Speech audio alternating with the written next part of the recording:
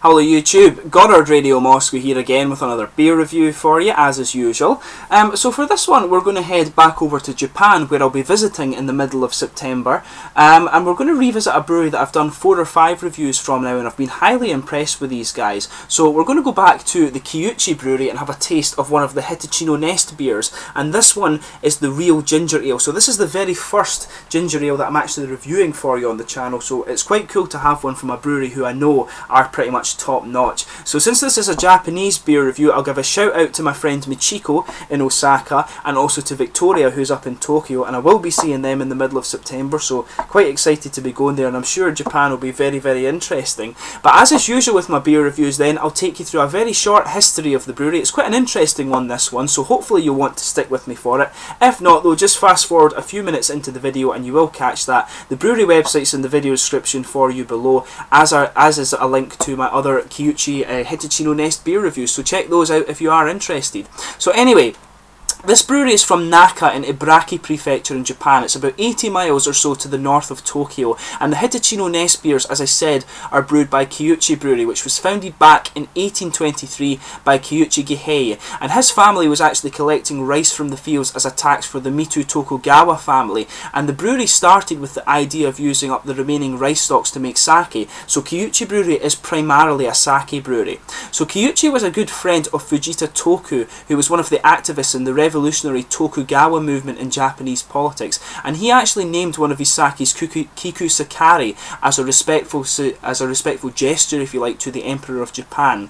Mikio Kiuchi inherited the brewery after World War II in 1950, and this was a time when the Japanese economy grew very, very rapidly, and the sake industry was growing rapidly at this time as well due to sort of increasing demand, and the Kiuchi Brewery prided itself in its manufacturing brewing quality by selecting the best ingredients and best brewing processes rather than sort of simply scaling up to meet the demand of the ever-growing economy.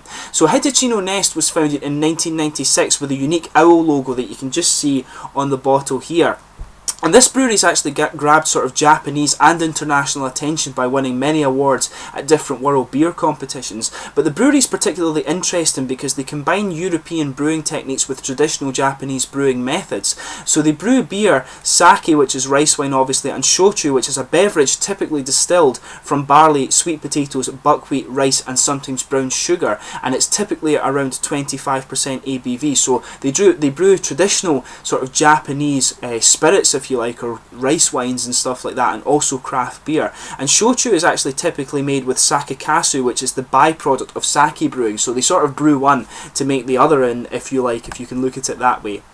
But more recently the company's actually been expanding into wine brewing as well, as part of the business, with the purchase of land next to the brewery, and they've actually been building a vineyard there, which is very cool. And this included the export of Merlot and Chardonnay grapevines from France. But the beers, that's your brief history of the Hitachino Brewery. But just to list the beers you can get from these guys, you get a Weizen, the Pale Ale, Amber Ale, Red Rice Ale, Espresso Stout, Sweet Stout and the White Ale. You also get XH, which is the Strong Ale, Japanese Classic Ale, Ginger Ale and Celebration Ale as well. And they also have a really cool beer called Nipponia, which is brewed with a special type of Japanese barley called Kanego Golden, and it uses a special strain of Japanese Soriachi Ace hops as well. So hopefully when I'm in Japan I can pick up one of those for you, and I will see if I can actually film a few Japanese beer reviews on location for you. I didn't get to do that in Iceland, which was a bit disappointing, but I did bring a lot of Icelandic beer back for you, and you will see those appear soon. But anyway,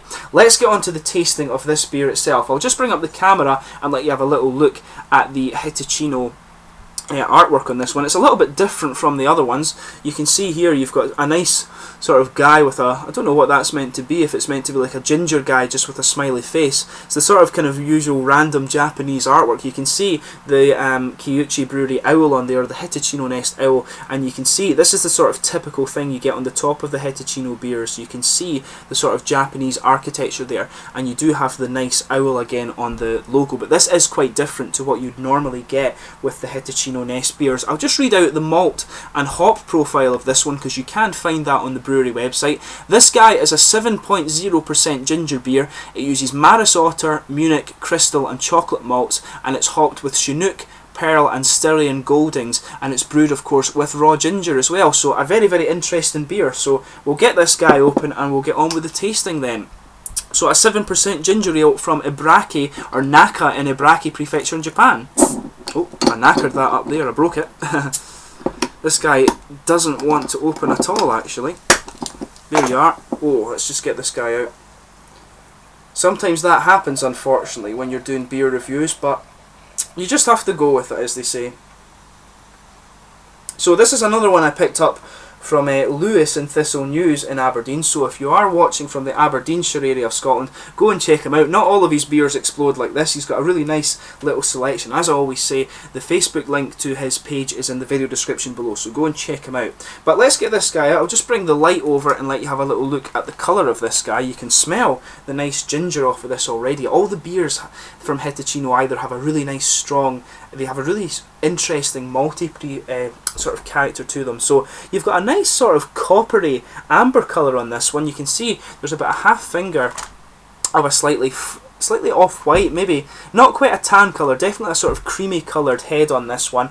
Really kind of attractive looking beer, actually. There's just a little bit of carbonation, a lot of small bubbles going up to the bottom of this head here, so it's a really nice attractive looking beer. That's going to fade just away to a nice kind of thin foamy layer, but a really attractive coppery red amber colour beer, really beautiful looking. So let's give this guy a smell and see how we get on here. I'll just put the light back down there. So as you would expect with this one, you're getting a hell of a lot of ginger out of this. It's definitely taken the sort of prominent character in this one. It's got a lot of kind of toasted bread in this one. You'll notice that when you open it up, and that's one of the prominent things you can smell with this beer too. So you've got a hell of a lot of ginger, a nice kind of toasty, bready character to it as well. There's perhaps just a little tiny faint hint of kind of underlying cinnamon in there too, which is quite interesting. But there is just a little bit of citrus in there. But the main components of this beer are sort of toasted bread, caramel and ginger, as you would expect. Just a little bit of cinnamon. Maybe just a very, very faint little bit of citrus as well. But it's a very simple aroma on this one, but it's beautiful at the same time. So if you do get this beer, just take a little bit of time and just smell the aroma. And the beer, as I mentioned to you, is going just to a very sort of thin foamy layer. So let's give it a taste and see how we get on here.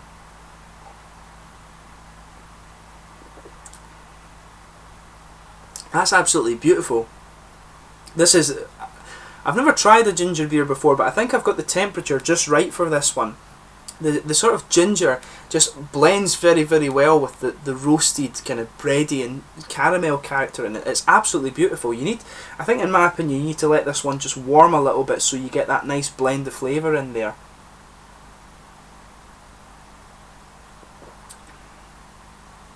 But as you would expect, it's got a massive kind of ginger flavour. It's not too punchy. As I said, it's a very well blended flavour. You have got perhaps just a little tiny bit of cinnamon in there that gives it just a little bit more spice, but it's a very, very sweet caramel and roasted bread aroma in there. There's maybe a little bit of kind of cookie flavoured malts in this too, which I think is kind of what you tend to get if you use crystal malt. Correct me if I'm wrong on that.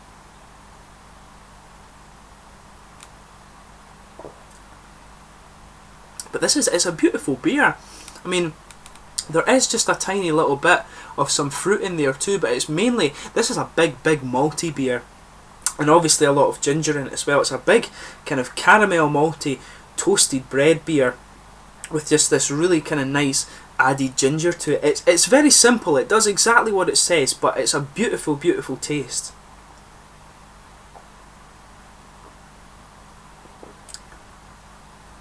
As you take it in, the sort of ginger spice just comes and attacks the front of the tongue a little bit.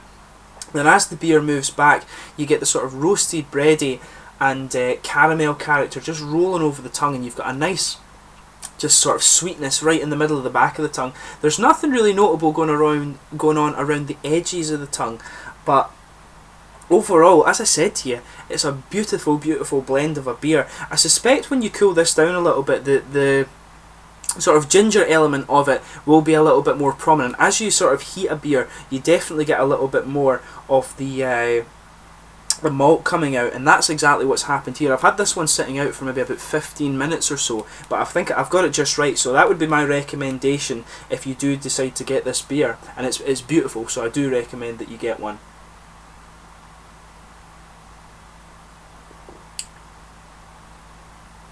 There is definitely a little orangey element to the flavour of this one as well. And it might be a completely false thing I'm saying to you, but I'm almost certain there is a little bit of orangey flavour in there, and I'm sure that's maybe something you get a little bit from the Chinook hop actually. Usually Styrian Goldings, if I remember, they're a little bit fruity as well, so it was Chinook, Pearl and Styrian Goldings in this one. So I'm sure that there will be a little bit of fruit in here. I think there's definitely a little bit of orangey character coming out that mixes well with that nice caramel and toasted bread, and the ginger just gives it this unusual little bit of spice, which is just absolutely beautiful. This is definitely different from any other ginger beer you'll have.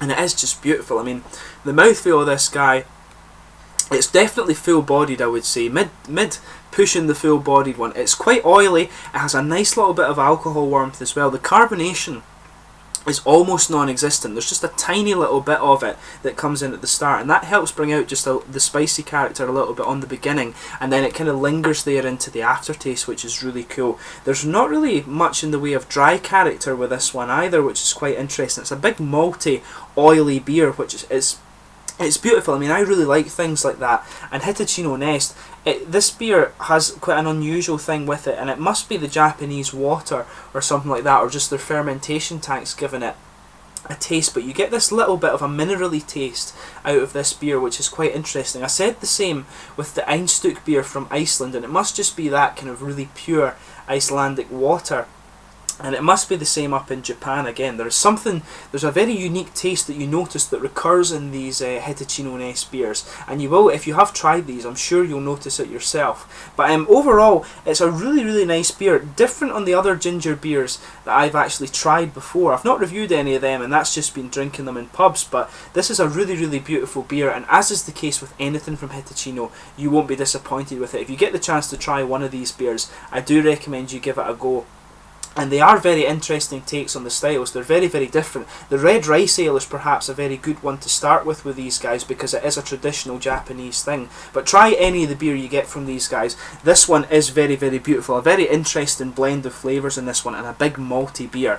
So as always, I hope you found this beer review informative. I've really enjoyed this one, and I've been happy to kind of celebrate booking my trip to Japan with a Japanese beer. So hopefully I'll enjoy it over there. But as always, let me know your own thoughts on this beer in the comment section if you have tried it yourself, and check out the brewery website, learn a little bit more about the Kiuchi Brewery, and hopefully I can review some more Japanese beers for you in the future. And please like, subscribe, share, all the usual YouTube stuff, and I will catch you soon with another video. Cheers!